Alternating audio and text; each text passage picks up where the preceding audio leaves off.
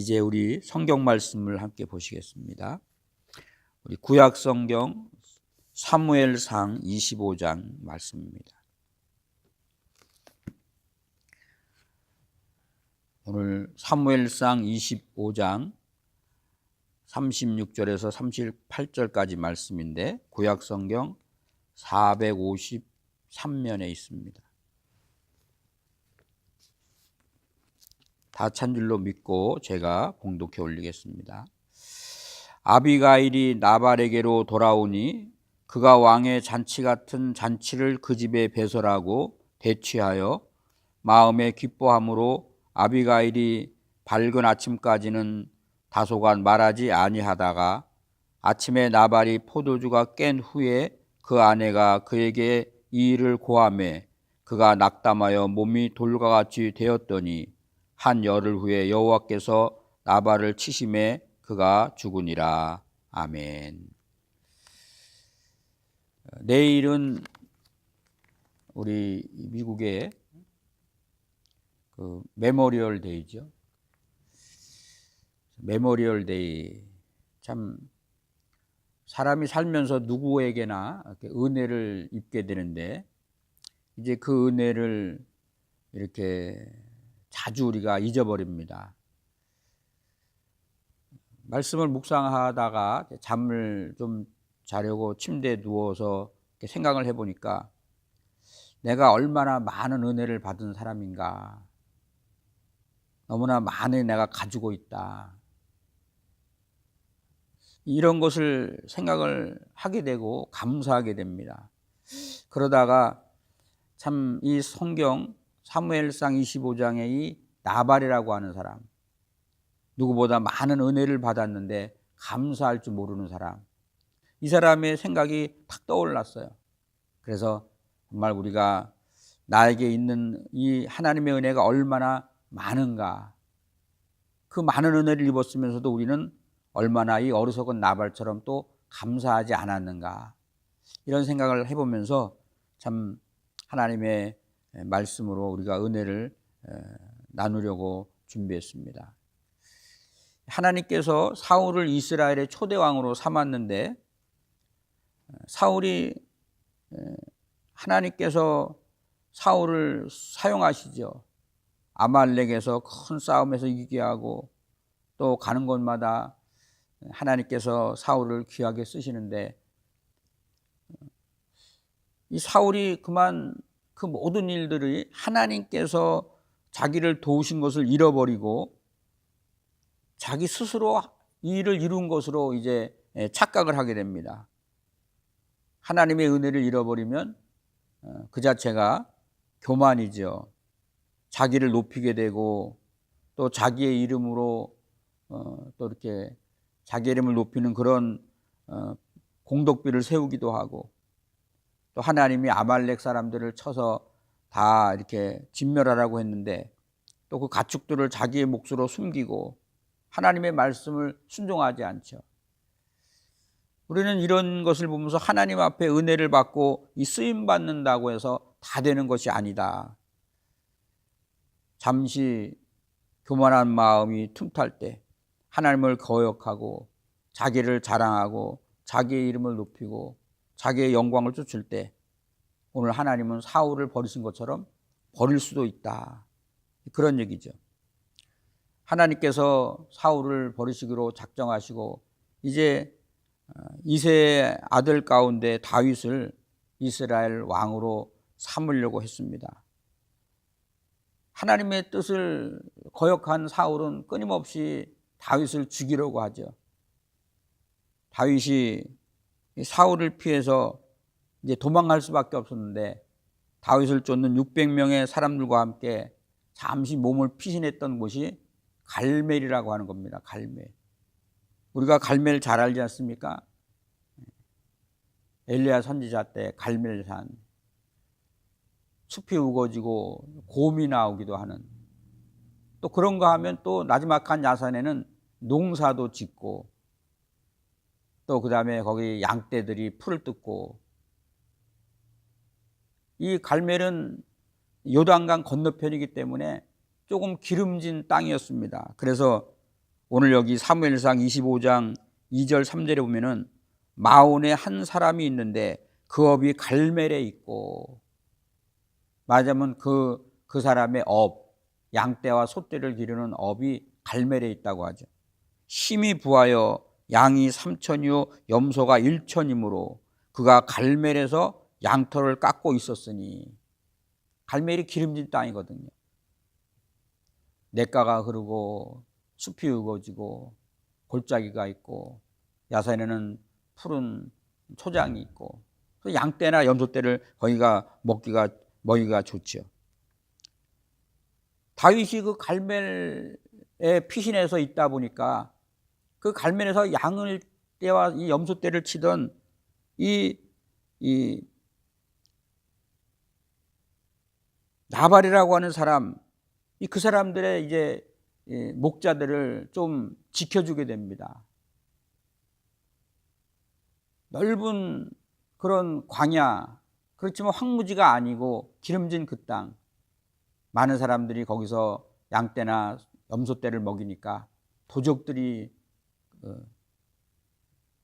강도짓을 하고 사람을 죽이기도 하고, 그래서 다윗이 자기들과 함께한 사람들을 시켜서 그 목자들이 해를 입지 않도록 목자들의 생명을 지켜주고 목자들의 그 양떼들을 이제 지켜주죠. 이제 그럴 때 이제 그 양의 털을 깎는 날이 돼서 나발이 그 갈멜에서 양털을 이제 깎게 되는데, 유목민들에게는 이 양털을 깎는 날이 잔치를 벌이는 날이거든요. 왜냐하면 1년에 곡식을 수확하는 것처럼 그 양털을 깎으면 많은 수익을 얻으니까 기쁨으로 잔치를 벌이고, 또 수고한 목자들에게도 참 좋은 음식을 나누고, 심지어 지나가는 나그네까지도 들어와서 우리가 함께 이 즐거움을 참여하자, 이제 그렇게 참 기분이 좋은 날이죠. 그래서 다윗이 오늘 이 사무엘상 25장 5절부터 8절에 보니까 너희는 갈멜로 올라가 나벨에게 이르러 내 이름으로 그에게 문안하고 이같이 부하게 사는 자에게 이르기를 너는 평강하라, 내 집도 평강하라, 내 소유의 모든 것도 평강하라. 내가 양털 깎는 자들이 있다함을 내가 들었노라. 다윗이 다 알고 있다는 얘기죠. 내 목자들이 우리와 함께 있었으나 우리가 그들을 상치 아니하고 그들이 갈멜에 있는 동안에 그들의 것을 하나도 잃지 아니하였나니 내 소년들에게 물으면 그들이 그렇게 말할 것이다. 그런즉 내가 사람을 보내니까 네가 내 사람에게 은혜를 주어서 좀 먹을 것을 좀 줬으면 좋겠다, 청을 했던 거죠. 그래서 다윗이 10명의 젊은이들을 보내서 그렇게 청을 했는데, 그 소식을, 그 이야기를 듣고 나발이 25장 10절에 보니까 다윗이 누구냐, 이새의 아들이 누구냐, 요즘에 보니까 주인에게서 억지로 떠나는 종들이 많은데 내가 어찌 내 떡과 물을 내 양털 깎는 자를 위하여 잡은 고기를 가져다가 어디서 온지 족보도 모르는 사람에게 주겠느냐, 뭐 그렇게 얘기를 하는 거죠. 한마디로 빈정대면서 요즘에 주인을 배반하고 떠나서 문제를 일으키는 사람들이 많은데 다윗이 그런 사람 아니냐? 그렇게 말하자면 빈정대고 욕을 한 거죠. 굉장히 마음이 상하죠. 다윗이 그렇게 시켜서 다윗의 사람들이 나발에게만 그렇게 말한 것이 아니라 나중에 나발의 양을 지키는 목자들이 25장 이제 15절에 보니까 우리가 들에 있어 그들과 상종할 동안에 그 사람들이 우리를 매우 선대하였으므로 우리가 상하거나 잃은 것이 없었으니 우리가 양을 지키는 동안에 그들이 우리와 함께 있어 밤낮 우리에게 담이 되었음이니라. 그렇게 말하거든요. 나발의 양떼를 지키는 목동들이 알았어요. 다윗이 우리를 이렇게 지켜줬다. 우리는 다윗에게 은혜를 입었다. 근데 나발은 깨닫지 못합니다. 이 나발이 미련한 것은 자기와 자기의 양떼들과 자기의 양떼들을 지키는 목자들이 다윗에게 은혜를 입었다는 것을 깨닫지 못했다고 하는 거예요. 여러분, 깨닫지 못하면 감사하지 않습니다. 부모가 넉넉해서가 아니죠. 그런데 그 여러 가지 많은 부족한 가운데에도 부모의 수고를 깨달으면 감사합니다. 근데 부모의 수고를 깨닫지 못하면 원망하고 불평하죠. 다윗에게 베푼 은혜를, 받은 은혜를 깨닫지 못하니까 감사하지도 않고, 감사하는 마음이 없으니까 심지어 나그네에게도 청해서 대접하고 음식을 나누는 그런 기쁜 잔치 자리에 다윗이 그렇게 요청을 했는데도 불구하고 거절했다고 하는 겁니다. 어리석은 나발, 그는 자기의 모든 소유가 자기가 잘나고 자기가 능력 있고 자기가 지혜가 있어서 다 된 줄로 생각했다고 하는 거죠. 이 어리석다고 하는 것은, 미련하다고 하는 것은 깨닫지 못한다는 것과 같은 맥락이죠. 나발의 미련함은 오늘 하나님께서 사무엘 선지자를 통해서 지금 다윗을 이스라엘의 왕으로 기름 부었다고 하는 것을 깨닫지 못했어요. 아무리 사무엘이 그랬다고 할지라도 지금은 여전히 사울이 왕이다. 현실밖에 모르는 사람이죠. 현실밖에. 나발의 미련함은 하나님의 그 계획을 몰랐어요. 하나님이 다윗을 훈련시키지 않습니까? 하나님의 계획. 하나님의 계획이 얼마나 놀라운지 우리는 출애굽에 보면은 모세가 그 애굽의 관원을 어떻게 해서 죽이는 바람에 그 바울의 그 진노를 피해서 광야로 도망가지 않습니까? 그때 광야에서 그가 이드로의 양떼를 치게 됩니다. 양떼를 친다고 하는 것은 지금처럼 이렇게 기름진 땅이 아니니까 여기서 수백 마리, 수천 마리 양떼를 치다가 그들이 먹을 것이 없으면 또 물이 있고 그 다음에 또 풀이 있는 곳으로 자꾸 옮겨가야 되거든요. 옮겨가다 보니까 이 모세가 애굽에서 살면 애굽밖에 몰랐는데 그 광야에서 이드로의 양떼를 치다 보니까 광야가 어떤 것인지 다 배운 거예요. 나중에 다시 하나님께서 호렙산에서 모세를 만나서 이스라엘 백성들을 애굽에서 자유케 하는 그런 귀한 사명을 주고 또 그 하나님의 사명을 받아서 그 애굽에서 그 자기의 민족, 그 이스라엘 민족들을 하나님의 일 가운데 출애굽을 했을 때 그들이 40년 동안 광야의 삶을 인도하는 그 모세로는 그 전에 이드로의 양떼를 치면서 이미 먼저 겪었던 그것이 얼마나 큰 경험인지 몰라요. 우리가 살면서 때때로 어려운 일을 당하면 그 어려운 일을 즐거워할 사람은 없습니다.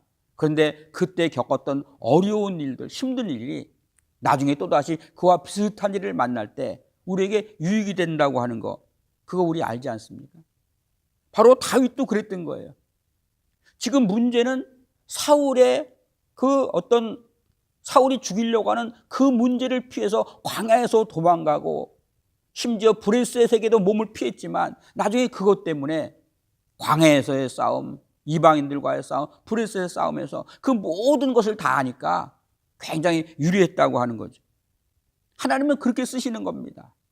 그런데 이 나발의 미련함은 그 하나님이 쓰시는 방법을 몰랐다고 하는 거예요.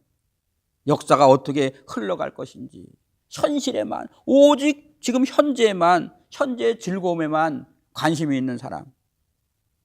오늘 그가 왕의 잔치 같은 잔치를 그 집에 배설하고 대취하여 마음이 기뻐함으로, 오직 현실에만 관심 있는 사람, 바로 이런 사람이 어리석은 사람이죠. 나발의 거절과 또 더군다나 자기의 수하에 있는 그런 자기 사람들을 조롱했다고 하는 이야기를 듣고 다윗이 굉장히 화가 났어요. 그래서 내가 가만두지 않겠다. 무엇을 바라고 나발의 양떼와 그 목동들을 지켜준 것은 아니지만 그래도 이렇게 은혜를 모르는 놈이 있는가? 은혜를 모르는 것을 둘째치고 감히 조롱을 해. 모든 이스라엘 백성들이 뭐라고 외쳤습니까? 사울이 죽인 자는 천천히요, 다윗이 죽인 자는 만만이다. 심지어 그 모든 사울과 모든 이스라엘의 장수들도 두려워 떨고 있었을 적에 그 브레셋의 장수 골리앗을 물리친 사람이 다윗인데, 이새의 아들이 누구며 다윗이 누구냐? 나는 알지도 못한다. 사실은 거짓말이죠. 자기를 조롱하는 것을 참지 못하고 다윗이 400명에게 칼을 준비해서 내가 마온에 사는 이 나발의 집의 남자들을 다 죽여버려야 되겠다, 그렇게 마음을 먹고 이제 가고 있습니다.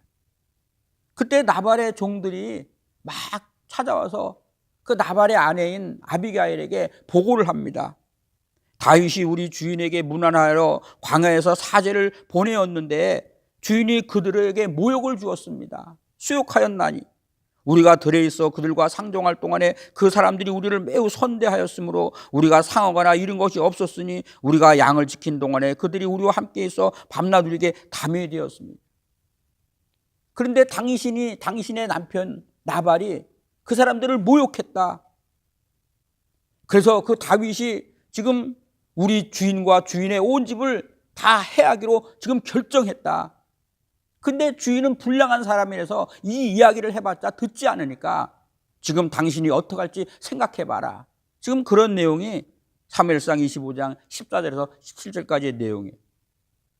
종들의 이야기를 듣고 깜짝 놀랐죠. 아비가일이 부랴부랴 서둘러서 200덩이의 포도주와 또 200덩어리의 떡과 포도주 2가죽부대와 또 잡아서 준비한 양 5과 볶은 곡식 5에 건포도 백송이 막 무화과 이런 것을 막 준비해가지고 나귀에 싣고 부랴부랴 이제 다윗을 쫓아가죠. 나발을 향해서 분노를 품고 가는 다윗을 만나 아비가일이 나귀에서 내려서 절을 합니다. 다윗이여, 나의 남편 나발의 그 행위를 너무 섭섭하게 생각하고 진노하지 마옵소서. 나는 하나님이 당신을 이스라엘의 왕으로 세워서 귀하게 쓰실 것을 압니다. 그런데 왕이 이 개 같은 이 보잘것없는 이런 나발, 이런 어리석은 사람을 죽임으로 말미암아 지금 그 일이 오늘 왕으로서 당신의 가는 길에 평생에 참 험이 될까 두렵습니다. 그러니까 미련한 자를 죽일 필요까지 뭐가 있겠습니까? 그러면서 다윗에게 비는 거예요. 하나님이 나를 통해서 지금 당신에게 이것을 말씀하려고 보낸 것이 아니겠습니까? 그 이야기를 듣고 이 뒤에 25장 32절에 보니까 다윗이 오늘날 너를 보내어 나를 영접케 하신 이스라엘 하나님 여호와를 찬송할지로다.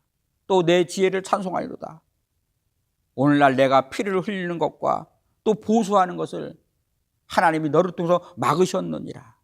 그러면서 내가 급히 와서 나를 영접지 아니하였으면 밝은 아침에는 과연 나발에게 한 남자도 남겨두지 아니하였으리라. 그렇지만 네가 이렇게 급히 와서 이렇게 사정 이야기를 하고 또 이렇게 하나님의 뜻을 말하는 것 같으니까 생각해 보니까 너의 말이 맞다. 내가 진노해서 나발의 남자들을 다 죽이려고 한 것을 내가 멈추겠다. 돌아갔다는 얘기죠. 생각해 보시면은 이 나발의 양을 치는 종들이 아비게일에만 말했겠습니까? 나발에게도 말했죠. 근데 나발은 우리의 주인은 불량한 사람이다. 얘기해봐야 듣지 않습니다. 안 들었다고 하는 거예요. 나발은 아니 요즘에는 지금 그 양떼들이 어떻게 되느냐 잘 드러납니다. 도적들은 없었느냐, 소적들이 왜 없겠습니까? 그런데 다윗과 한 군사들이 우리를 지켜주셔서 그래서 우리가 안전하게 양떼를 잘 먹이고 지금 새끼들을 많이 낳고 점점 숫자가 늘어납니다. 보고를 받았겠죠. 그런데 다윗에게 받은 은혜를 무시했다고 하는 거예요. 그런데 아비가일은 이 종들의 말을 듣고 다윗의 진노를 풀어주려고 행동을 하죠. 같은 말을 듣고도 이해가 다릅니다. 아, 우리가 은혜를 받았구나. 그렇게 이해하는 사람이 있는가 하면 뭐 그게 그런 거지. 그렇게 그냥 넘겨버리는 사람이 있어요. 어떻게 이해하느냐에 따라서 행동이 달라집니다. 아, 내가 너무나 은혜를 받았구나. 그러면 감사하는 거예요. 그럴 수도 있지. 그러면 그냥 무시해버리는 거죠. 이 행동이 달라지니까 결과가 다릅니다. 다윗에게 받은 은혜를 무시해버리니까 오히려 하나님이 진노하셔서 나중에 술이 깬 다음에 나발이 열흘 동안 아팠다가 하나님의 치심에 죽었다. 그런 말씀 있지 않습니까? 같은 말을 듣고도 이해가 다르니까 행동이 다르게 되고, 행동이 다르니까 결과도 달라졌다고 하는 거.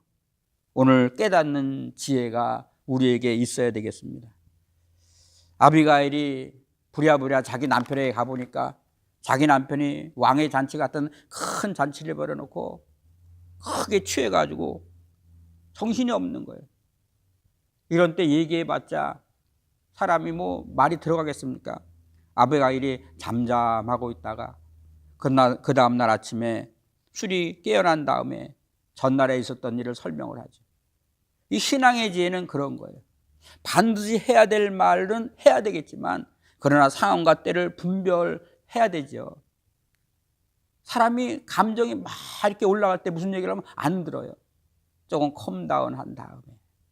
이게 바로 우리가 참 말을 잘하는 지혜가 아닌가 그런 생각을 해보죠. 나발이 다음날 술이 깬 다음에 지혜로운 아비가일이 전날에 있었던 그런 얘기를 하니까 자기가 그냥 사람이 좋은 줄 알고 무시했더니 그 다윗이 그렇게 진노를 하고 나와 우리 남자들을 다 남자를 죽인다는 것은 씨를 말린다는 얘기죠.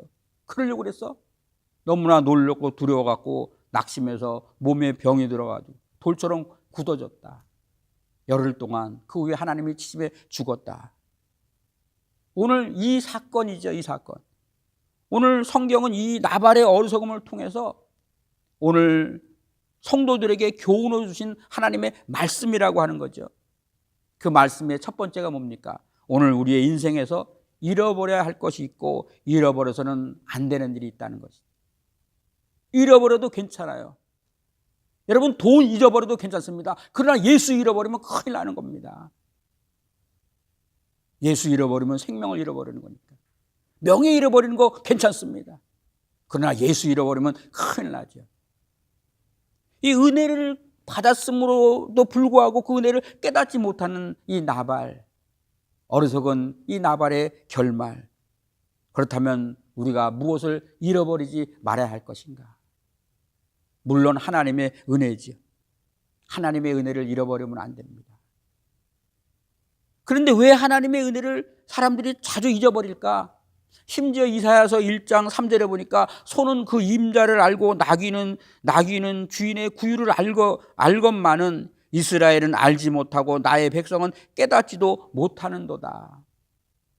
심지어 이스라엘 백성들조차도 하나님의 은혜를 깨닫지 못했다는 거예요. 왜 깨닫지 못할까? 신명기 8장 12절에서 14절에 보니까 내가 먹어서 배부르고 아름다운 집을 짓고 거주하게 되며 또 내 소떼와 양이 번성하여 내 은금이 증식되며 내 소유가 다 풍부하게 될 때에 내 마음이 교만하여 내 하나님 여호와를 잃어버릴까 염려하노라. 그때 잃어버리는 겁니다.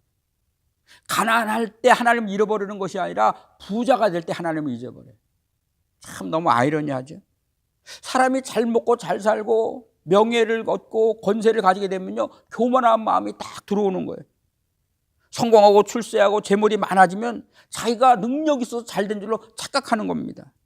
바로 나발이 그런 사람이었죠. 사람은 누구나 물질에 약해요. 나는 절대 그렇지 않다 장담할 사람이 없습니다. 베드로도 장담했다가 닭이 3번 울기도 전에 3번씩이나 주님을 부인하지 않습니까? 나는 절대 넘어지지 않는다. 모든 사람들이 다 부인할지라도 나는 죽는 자리까지 주님을 따라가겠습니다. 그렇게 말해놓고 계집 여종이 당신도 그 예수와 무리와 함께 있던 자가 아닙니까? 그러니까 아니다 나는 절대 그들과 함께 있지 않았다. 막 부인하지 않습니까? 장담할 수 없어요. 우리는 다 약하기 때문에. 누구나 다 물질에 약할 수밖에 없습니다. 명예에 약하고 자기를 막 높이고 자기를 자랑하는데 다 넘어지게 돼 있어요. 누가복음 12장에 보면은 어리석은 부자 이야기가 나오죠. 소출이 풍성해지고 곡식이 쌓을 곳이 없을 만큼 그런 큰 부를 얻게 되죠. 그래서 12장 19절에 보니까 또 내가 내 영혼에게 이르되 영혼아 여러 해 쓸 물건을 많이 쌓아두었으니 평안히 쉬고 먹고 마시고 즐거워하자. 여러분, 이 물질과 영은 관계가 있지만 사실은 그렇게 또 큰 관계도 없는 거예요. 어쩌면은 그것이 좋은 것보다는 좋지 않은 영향을 더 많이 끼치는 수가 있습니다. 잠언서 30장 9절에 보니까 혹 내가 배불러서 하나님을 모른다 할까, 여호와가 누구냐 할까 하오며. 그래서 여러분, 재물이 많은 소유하고 많은 재물을 소유했지만 하나님을 모르는 것보다 조금 가난해도 하나님을 아는 것이 더 복된 거죠. 그래서 누가복음 12장 12절 보니까 예수님께서 사람의 생명이 그 소유의 넉넉함에 있지 아니하다 이렇게 말씀을 합니다. 어쩌면 그 재물이 우리를 하나님께로부터 멀어지게 하는 수가 있죠. 어리석은 부자에게 주님이 그렇게 말씀을 합니다. 누가복음 12장 20절에 어리석은 자여 오늘 밤에 내 영혼을 도로 찾으리니 그러면 내가 모은 것이 누구의 것이 되겠느냐. 그렇다고 해서 여러분 재물을 모으지 말라는 얘기가 아니에요. 우리 믿는 사람들, 은혜 받은 하나님의 백성들이 기억할 분명한 것은 뭐냐면 나는 하나님의 청직이다. 청직이. 우리는 하나님의 청직이죠. 재물도 하나님이 주는 건강도 청직이고 재능도 청직이고 우리의 생명을 포함한 모든 것 하나님이 우리에게 맡겨주신 거예요. 하나님의 영광을 위해서. 그러다가 하나님이 오늘 밤이라도 나와 함께 가자 그러면 우리 다 놔두고 갈 수밖에 없는 거죠. 요한계시록 3장에 보면은 특별히 이 라오디아 교회, 말세의 교회, 차거나 덥지 않고 미지근하여 내가 내 입에서 토해내치리라 말씀한 그 라오디아 교회에 대해서 말씀하죠. 라오디아 교회가 무엇이 문제였는가? 오늘 요한계시록 3장 10절에 보니까 내가 말하기를 나는 부자라 부유하며 부족함이 없다 하나 물질의 부유함이 자기 영혼의 부유함으로 착각했다고 하는 거죠. 그러나 나는 내가 보니까 너는 공고하고 가련하고 가난한 것과 눈먼 것과 헐벗은 것을 내 스스로는 알지 못하느니라. 한국교회가 그랬어요. 오늘 이민교회가 그랬습니다. 한국교회 70년 80년 경제개발을 하면서 하나님 열심히 믿고 이민교회도 마찬가지였죠. GNP가 올라가고 막 그러면서 잘 먹고 배부르고 살만하고 언제 우리가 그렇게 해외여행을 다녔습니까? 연휴만 되면 인천공항이 빡빡 차고 넘치게 되고 이민생활 속에서도 그렇죠. 초창기 이민생활한 사람들은요 몇십 년이 되더라도 정말 고국 한번 가보기 힘든데 그렇게 수고한 그 사람들의 수고로 자녀들이 방학 때만 되면 LA 공항이 확 한국으로 가고 연휴가 되면 여행하는 사람들 막 차고 넘친다고 하는 거예요. 그런데 그런 풍성함이 우리에게 유익을 줬느냐 하면 우리의 삶은 풍요롭게 했을지는 모르지만 신앙은 오히려 나태하고 안일하고 한마디로 머리털이 밀린 삼손처럼 능력을 잃어버렸다. 그게 오늘 우리들의 모습이 아닌가 이런 생각을 해보죠. 하나님께서 신명기 8장 17절에 내 마음의 일을 내 능력과 내 손의 힘으로 이 재물을 얻었다 말할 것이라. 내 하나님 여호와를 기억하라. 그가 내게 재물 얻을 능력을 주셨음이니라. 하나님이 주시니까 우리가 얻는 거지 하나님이 주지 않으면 얻지 못하는 겁니다. 그런데 사람들은 내 능력으로 내 손의 힘으로 이 재물을 얻었다 그렇게 생각한다고 하는 거예요. 바로 나발이 그와 같은 사람이에요. 우리가 가지고 있는 건강, 지혜, 재물 이런 모든 것이 다 하나님께로부터 온 것이죠. 지금까지 큰 병거 없이 살아온 지금까지의 삶도 역시 하나님의 전적인 은혜입니다. 지금이라도 하나님께서 우리에게 베푸신 은혜를 싹 걷어가면요 우리는 흙덩이에 불과한 그런 존재죠. 우리는 죽을 수밖에 없는 연약한 존재. 그런데 하나님의 은혜로 우리가 지금 살아가고 있는 겁니다. 그래서 시편 116편 12절에 여호와께서 내게 주신 모든 은혜를 무엇으로 보답할꼬. 여러분 은혜를 아는 사람은 내가 어떻게 주님께 감사할 것인가. 이것이 신앙생활의 이것이 정말 우리의 신앙이 되어야 된다고 하는 겁니다. 내게 주시는 건강, 무엇보다 구원, 물질, 가정, 이런 모든 것. 사도 바울은 고린도전서 15장 10절에 그러나 내가 나 된 것은 하나님의 은혜로 된 것이니, 자기가 사도가 되고 그 하나님의 은혜로 모든 사도보다 더 많이 수고했지만 그 모든 것이 바로 하나님의 은혜로 된 것이다. 바로 이렇게 고백하는 신앙이 하나님 보시기에 아름다운 신앙이 아닌가. 여러분, 곰곰이 생각하면 제가 시작 부분에 그렇게 말씀을 드렸죠. 가면에 저녁에 침대에 누워서 잠을 청하면서 이렇게 방을 들여다보니까 너무 많아요. 책도 많고 컴퓨터도 있고 책상도 있고 의자도 있고 이렇게 왔다 갔다 하면서 옆에 방에 또 가족들도 있고 너무 많은 거예요. 난 참 너무 많은 은혜를 받았다. 교회에 와가지고 가만히 기도하면서 생각하면 너무 감사해요. 하나님이 이렇게 예배할 처소 주시고 또 귀한 성도님들 함께 예배할 수 있게 하시고 우리가 어려운 인생에서 서로 위로하고 격려하면서 하나님의 은혜 안에 살아가게 하시고 난 너무 많이 소유한 사람이다. 하나님의 은혜를 생각하면 감사밖에 없어요. 하나님을 믿게 된 것도 감사하고 또 이렇게 건강한 몸으로 우리가 네 발로 걸어서 참 신앙생활한, 어저께도 보니까 미국 교회 성도님 한 분이 돌아가셨어요. 물론 연세 많으니까 돌아가셨겠지만 하나님 또 이렇게 하나님을 예배하게 하시니 감사. 또 이렇게 서로 위로하고 또 참 이렇게 함께하는 그런 가정을 주시니 감사. 또 일할 수 있는 일터를 주신 것을 감사하고 무엇보다 하나님을 마음껏 찬양하고 예배할 수 있는, 예배하고 싶어도 예배하지 못하는 그런 땅에 사는 사람들이 얼마나 많습니까? 하나님을 마음껏 찬양하고 감사할 수 있는 참 이런 나라에서 살게 하신 거 너무 감사하고 내 주변에 참 나를 돕는 이런 귀한 이웃들과 친구를 줬으니 또 너무 감사하고. 여러분, 감사를 잃어버리면 안 된다, 그런 얘기죠. 은혜를 잃어버리는 자가 되지 말라. 시편 50편 23절에 보니까 감사로 제사를 드린 자가 나를 영화롭게 하나니 그 행위를 옳게 하는 자에게 내가 하나님의 구원을 보이리라. 지금 세대가 어떤 세대입니까? 바르는 은혜를 생각하지도 않고 감사를 모르는 그런 세상이죠.